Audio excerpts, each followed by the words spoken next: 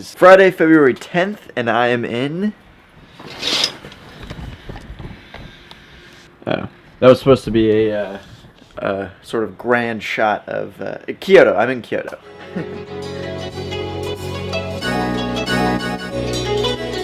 Just 2.5 hours west of Tokyo, Kyoto is in an entirely different world. The former capital of Japan boasts its own unique cuisine, towering Buddhist temples, and some of the most beautifully constructed gardens in the world. There's a lot to unpack for this city. I'm going to be taking you through my top 10 favorite things to do in the city of Kyoto.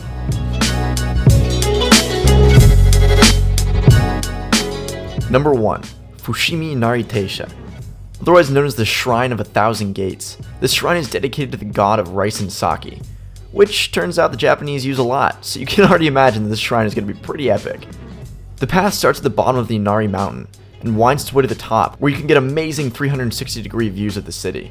Lining the path all the way to the top of the mountain are thousands of torii gates, and each gate is a donation from a company or an individual, and can cost anywhere from $4,000 for a smaller gate all the way up to $90,000 for one of the larger ones. Remember, that's per gate.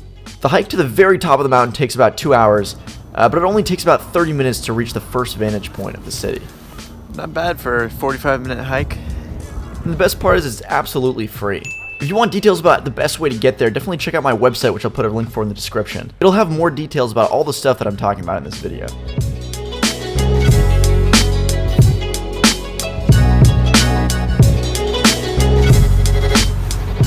What I really like about Kyoto, and what makes it slightly different than Tokyo, is kind of obvious, but it's just smaller. So you can wander the back streets, find little alleyways that barely fit cars, super cool old architecture, something you can't really do in Tokyo just because it's so loud and there's just so many people. But anyway, right now I'm headed to the Tokyo Imperial Palace, which is traditionally where the emperors of Japan ruled for hundreds of years. Should be pretty cool.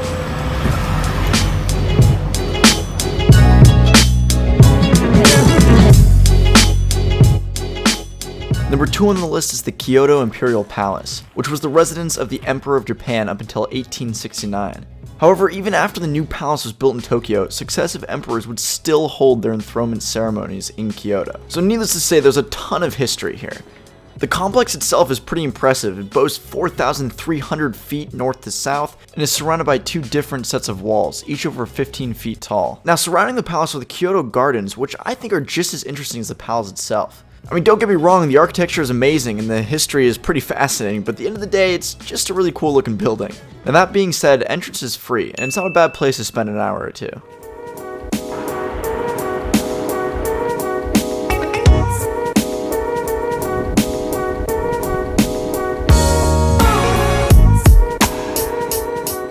Number 3 is Shiki Market, better known as Kyoto's Kitchen.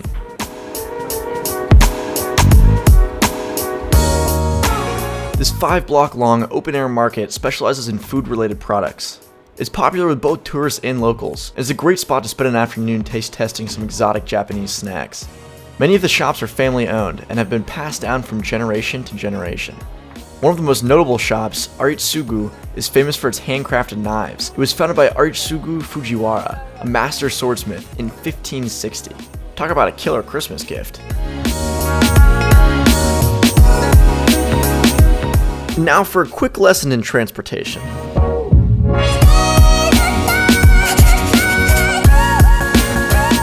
So when it comes to Kyoto, you have 3 main ways of getting around. The first, and my personal favorite, is a bike. Rented a bike, which is, I think, the best way to see a city.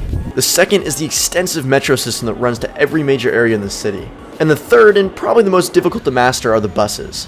The way it works, I think, is that when the bus is getting closer, it takes to the next circle. So I'm taking the 204, which means it should be approaching soon.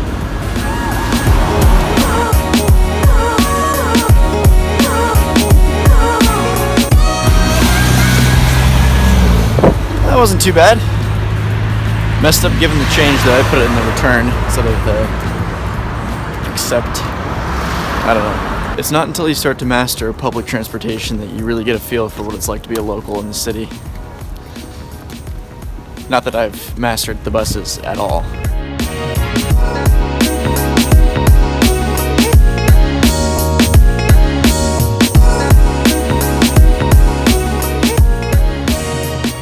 Number 4 and 5, Temple of the Golden Pavilion and Ryoenji. Probably the most popular attraction in Kyoto, Temple of the Golden Pavilion, also known as Kinkakuji, is another Zen Buddhist temple.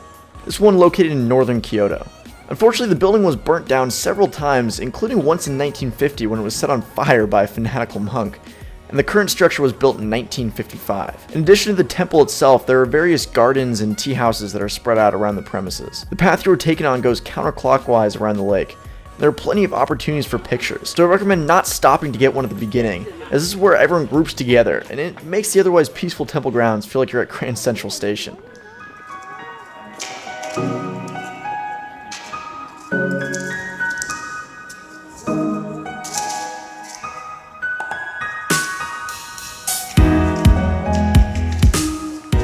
So the Naijo Castle was built in 1603, and the compound covers an impressive 2.9 million square feet of ground. Now originally it was the residence of Tokugawa, which is the name that some of you might be familiar with as the first shogun of the Edo period. Unfortunately, the buildings there were actually built in the late 1800s because the originals burned down in a citywide fire. You'll notice that most of the buildings and attractions in Kyoto had burned down at one point or another, and part of that is due to the Japanese use of washi, which are basically paper walls that are used extensively in Japanese traditional architecture.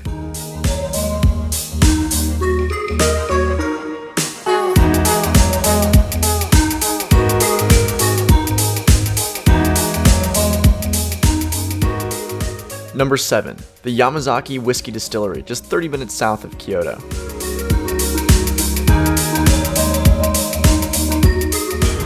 Okay, just got finished with my tour of the Yamazaki Whiskey Distillery, which was pretty impressive. I have no idea how whiskey was made, although I've always been kind of interested in it. And that was definitely a really cool experience. And for 1,000 yen, it's great. I mean, they give you a whiskey tasting at the end as well. I saw a barrel of whiskey that has been there since the year I was born.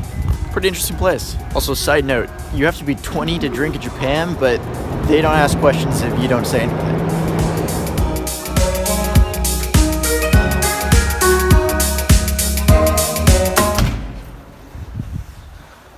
Okay, headed out to dinner now, which I'm super excited about because Kyoto is actually supposed to have its own unique style of Japanese food. Even though it's probably going to be very similar, there are supposed to be a few dishes that they do differently, which I'm pretty excited to try.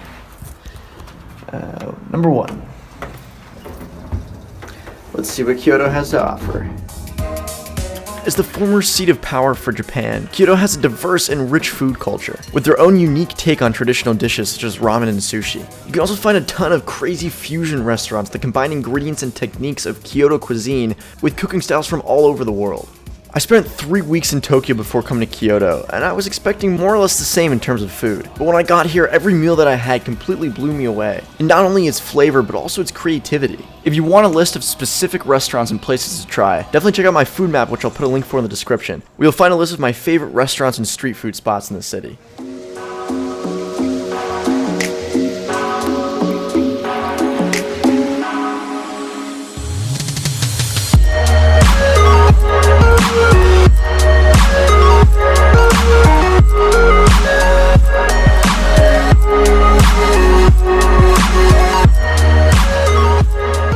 So I'm on the path to Ishiyama, which is sort of outside of Kyoto, about 30 minutes away by train.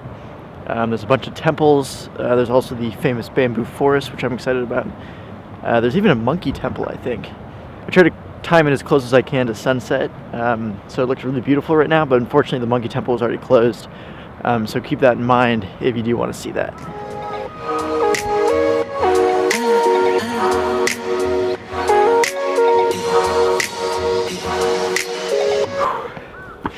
It's a little bit of a hike, which I was not prepared for. It's pretty awesome though.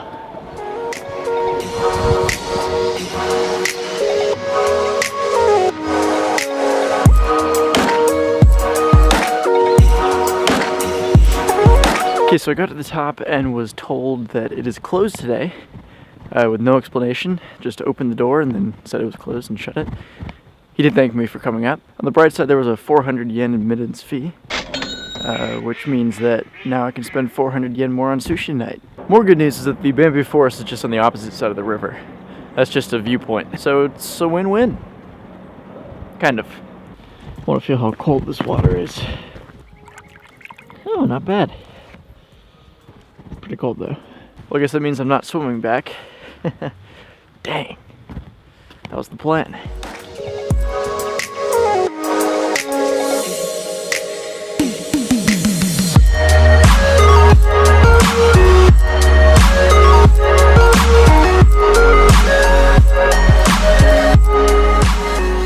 Number 10 is the Philosophers Walk. The Philosophers Walk is a narrow stone path that winds its way through Kyoto's Ishiyama district. What draws so many people here and what makes it stand out are the hundreds of cherry blossom trees that line the path.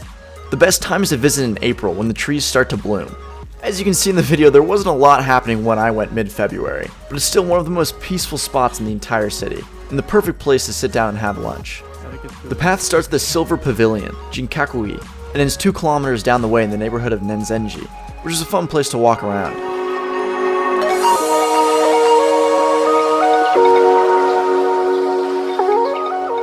So I hope you guys enjoyed that video. If you stuck around to the end, thank you, it means a lot. Go ahead and click the video on the top left to see what you shouldn't do while in Japan, and click the video on the bottom left to see my top 10 things to do for the city of Tokyo.